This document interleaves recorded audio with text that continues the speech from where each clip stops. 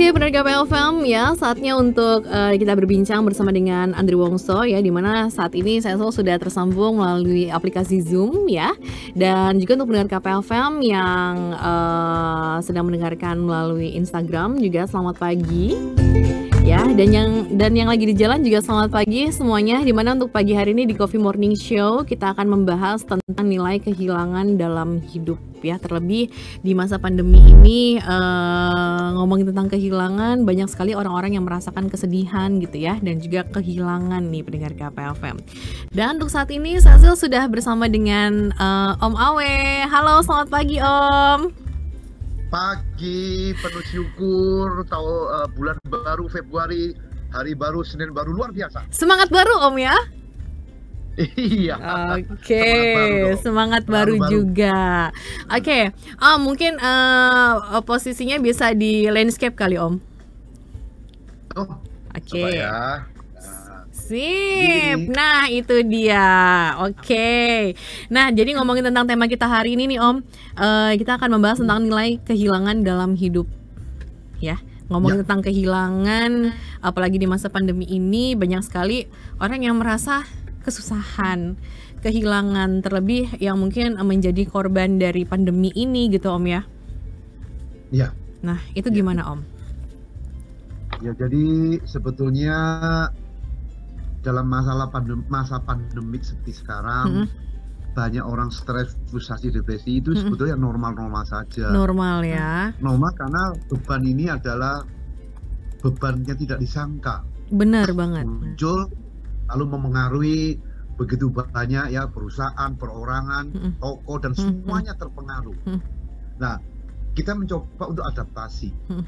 Walaupun tidak ada pandemi, banyak juga orang yang frustasi, depresi, putus asa karena tidak terlatih secara mental dan kurang begitu memahami pengertian tentang kehidupan. Jadi kalau saya mungkin termasuk seorang yang cukup beruntung karena pernah mengalami kemiskinan, keterbatasan, kekurangan, yang mungkin diremehkan oleh orang lain. Kebetulan itu. Jadi pada kondisi itu berjuang. Jadi ada orang terpaksa dipaksa berjuang. Ini akhirnya bisa lolos dari kemiskinan, lalu bisa menjadi orang yang bermanfaat juga buat diri dan orang lain. Dan lebih kuat Om ya. Iya, ternyata kehidupan ini latihan. Sama seperti yang saya minggu lalu kemarin saya bilang bahwa apa yang kita hadapi pandemi ini adalah sebetulnya pembelajaran, sebetulnya pendidikan. Pendidikan apa? Ya pendidikan hidup. Maka nilai kehilangan ini berarti kehilangan sebetulnya pengertian tadi. Kalau kita sudah mengerti bahwa kehidupan ada tanggung jawab, kehidupan ada anugerah. Kalau udah tahu itu tanggung jawab dan anugerah, kita ini belajar. Ya, kehilangan yang terberat adalah hilangnya semangat dan itu harapan. dia. Ya, penderitaan yang paling besar di dunia ini adalah hilangnya harapan, hilangnya cita-cita, hilangnya tujuan. Ya, itu yang paling menderita. Sehingga kalau itu tidak ada, kita menghadapi susah, menghadapi dunia sekarang, perubahan seperti sekarang, stres. Jadi saya bisa memahami stres ini adalah normal, tidak bisa mengecam mereka, normal saja.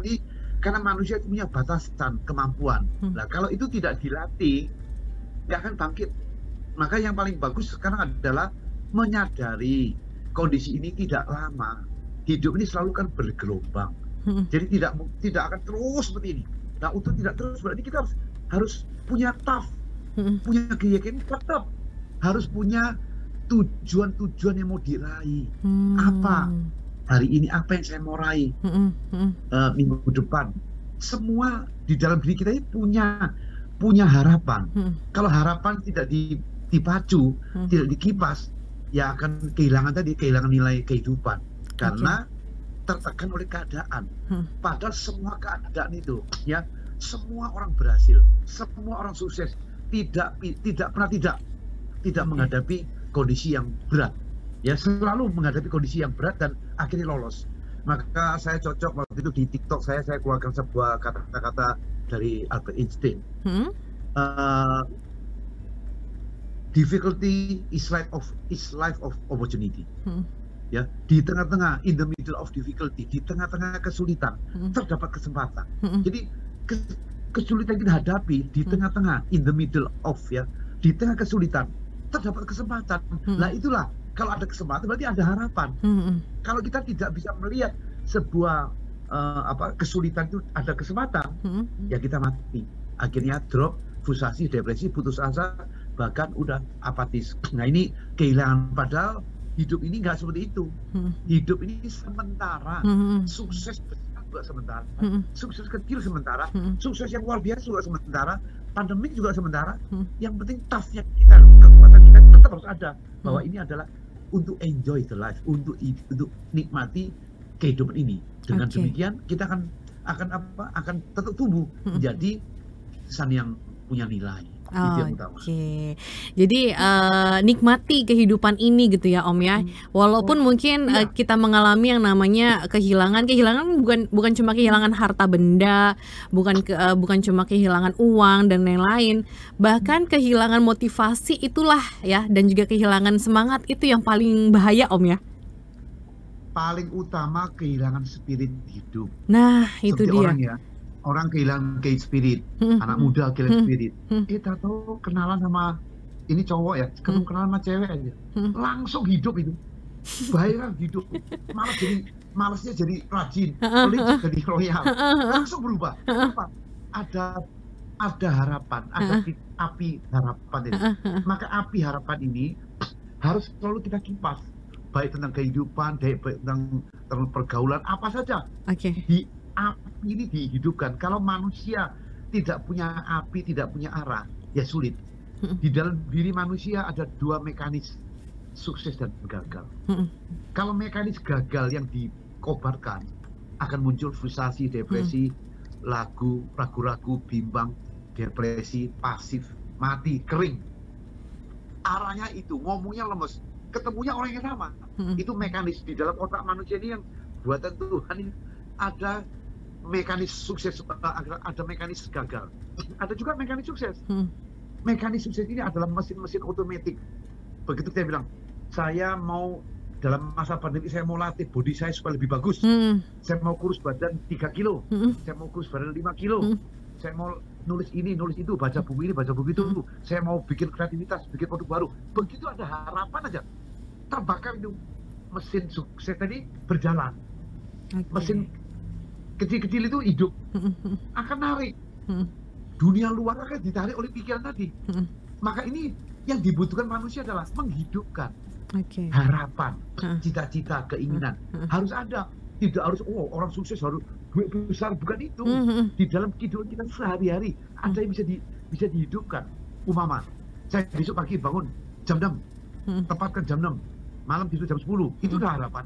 Lalu bangun pagi, saya mau ngapain? Kalau waktu menjawab tidur saya mau ngapain, itu aja sudah harapan. Sampai akhirnya dibuatlah satu coretan-coretan analisa. Hari ini saya mau penuhi tugas saya, walaupun saya work from home, kerja di rumah, saya harus tanggung jawab, saya harus disiplin, saya harus jaga, sehingga mutu kita tetap bagus walaupun di rumah.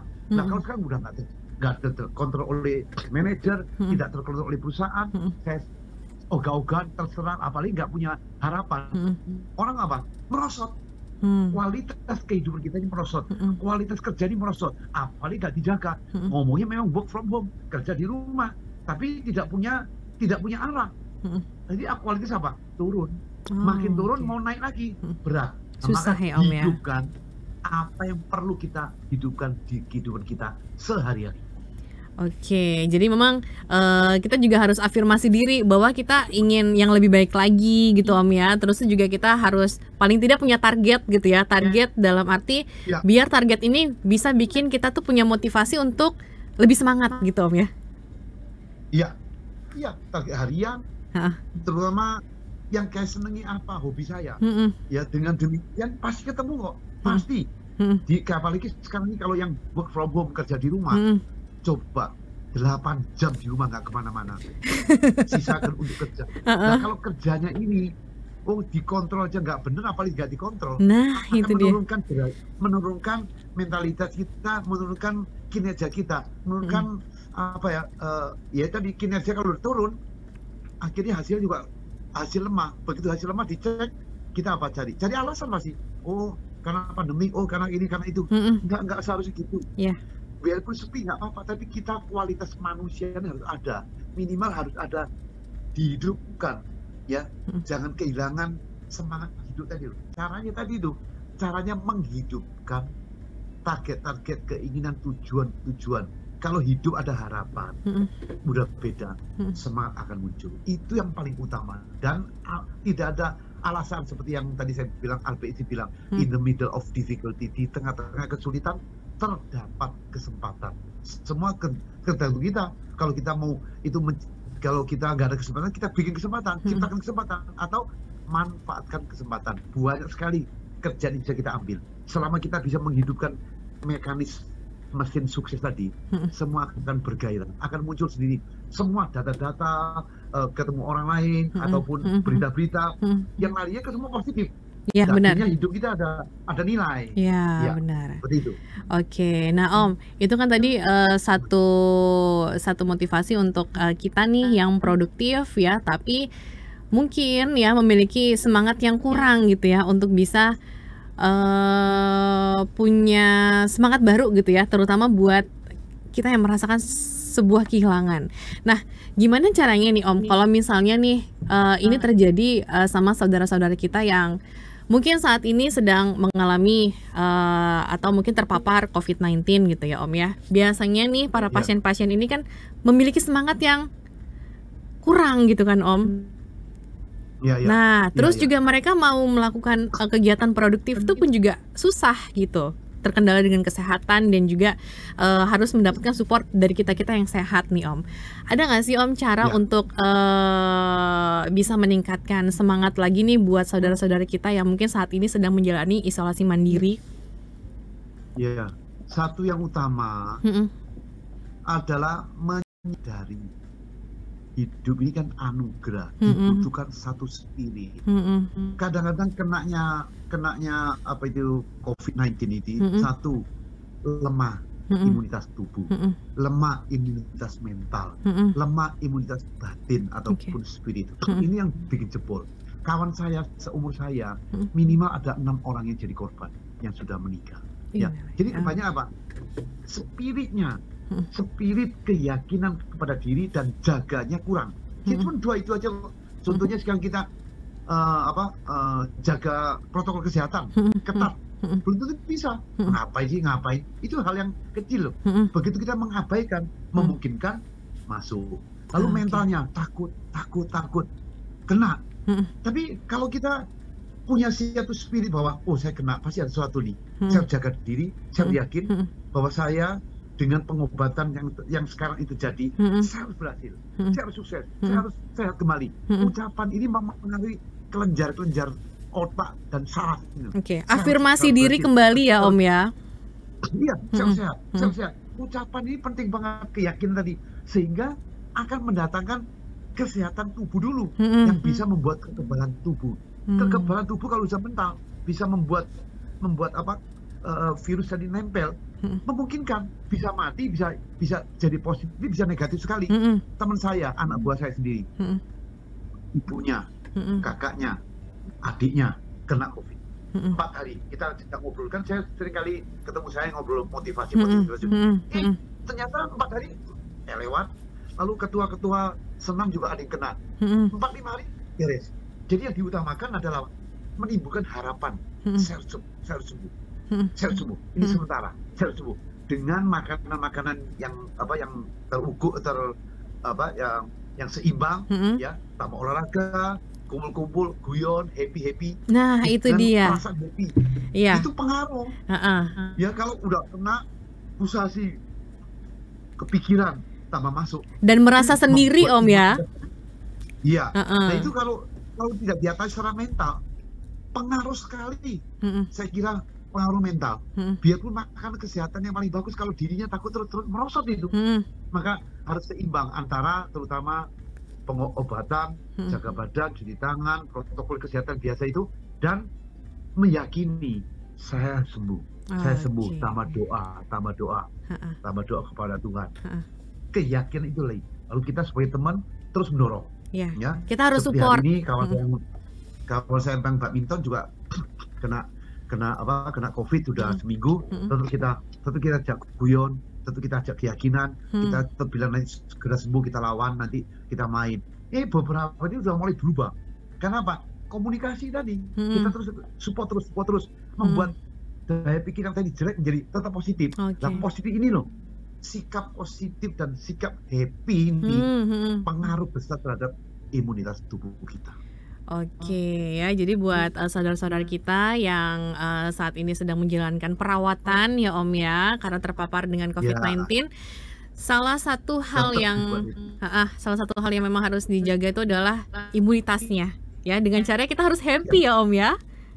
Happy. Harus happy terus. Dan ini sebuah peringatan betapa pentingnya kesehatan, betapa pentingnya kita menjaga kesehatan itu, sehingga kesadarannya akan muncul, menguatkan imunitas. Obat datang, istilah di isolasi mandiri memungkinkan. Saya kira 90% ke atas akan sembuh, kecuali yang udah punya penyakit bawaan yang kronis, yang umur 65 ke atas, yang kronis, yang ginjal, yang ini memungkinkan itu memperparah. Jadi mentalnya bukan karena COVID-19, tapi lewat COVID-19 menumbuhkan penyakit yang lama bangkit itu, membuat kita drop. Kalau buat anak muda yang 60-an sebetulnya masih muda, maka diyakini saya sehat. Sehat, dibuat happy, menerima ini sebagai satu pelatihan. Ya, jadi menerima ini semua jadi pelatihan ya, itu adalah kalimat dari Om Awe nih. Pentingnya kesehatan. Iya. Terima kasih banget Om. Semoga ini bisa menjadi motivasi juga nih ya buat saudara-saudara kita, terutama untuk yang terpapar COVID-19 dan sampai dengan sekarang juga masih dalam proses perawatan isolasi mandiri ya Om ya. Jadi tetap semangat ya buat semua pasien-pasien COVID di seluruh dunia, termasuk di Balikpapan yang lagi banyak banget nih Om. Banyak banget ya. Tapi kita tolong untuk teman-teman yang kena terpapar, jangan bilang wah terpapar itu kayak waduh parah. Lihat aja itu dia. Pertumbuhan antara yang kena dan yang sembuh semua banyak banget. Benar. 800.000 lebih yang sembuh, berarti itu memang ada kesembuhan. Ya, dengan happy, dengan tahan, dengan doa memungkinkan segera Anda yang kena terpapar ini bisa kembali negatif. Nah itu dia, dan kita-kita yang sehat juga kalau misalnya mungkin di sekitar kita ada yang positif, kita harus support ya Om ya, jangan dijauhin. Ya, jangan jauhi. Nah itu dia, support harus disupport. Terima kasih Om Awe, semoga sehat terus ya Om. Ya, jangan lupa setiap hari nonton TikTok saya. Benar. TikToknya bagus. TikTok Om Andri Wongso bagus. Jadi sembari TikTokan kita juga bisa nambah info dan juga nambah ilmu gitu Om ya, terutama motivasi hidup nih. Betul. Thank you Om. Thank you, pagi luar biasa. Dan juga yang pasti ini dari KPFM ya, tadi juga udah disampaikan bahwa jangan lupa untuk lihat ya TikToknya Om Awe ya, Andri Wongso, dan juga di situ kita bisa mendapatkan informasi-informasi tentang kehidupan ya, motivasi hidup ya, dan juga banyak banget ya hal-hal yang bermanfaat yang ada di TikToknya Om Awe ya, Om Andri Wongso. Jadi untuk dari KPFM yang pengen lihat nih ya, cari aja di TikTok Andri Wongso ya, di situ banyak sekali ya, banyak sekali informasi-informasi bermanfaat di situ. Dan yang pastinya ini dari KPFM ya, jangan kemana-mana, masih ada waktu sekitar setengah jam lagi untuk di Coffee Morning Show, dan saya juga pengen ucapin selamat pagi buat yang lagi dengerin ya, buat Kak Said ya. Kak Said lagi di mana nih Kak? Semoga masih ngedengerin. Dan juga yang pasti ini dari KPFM ya, tetap stay tune karena saya masih punya beberapa info-info dari meja redaksi KPFM dan juga dari informasi lainnya.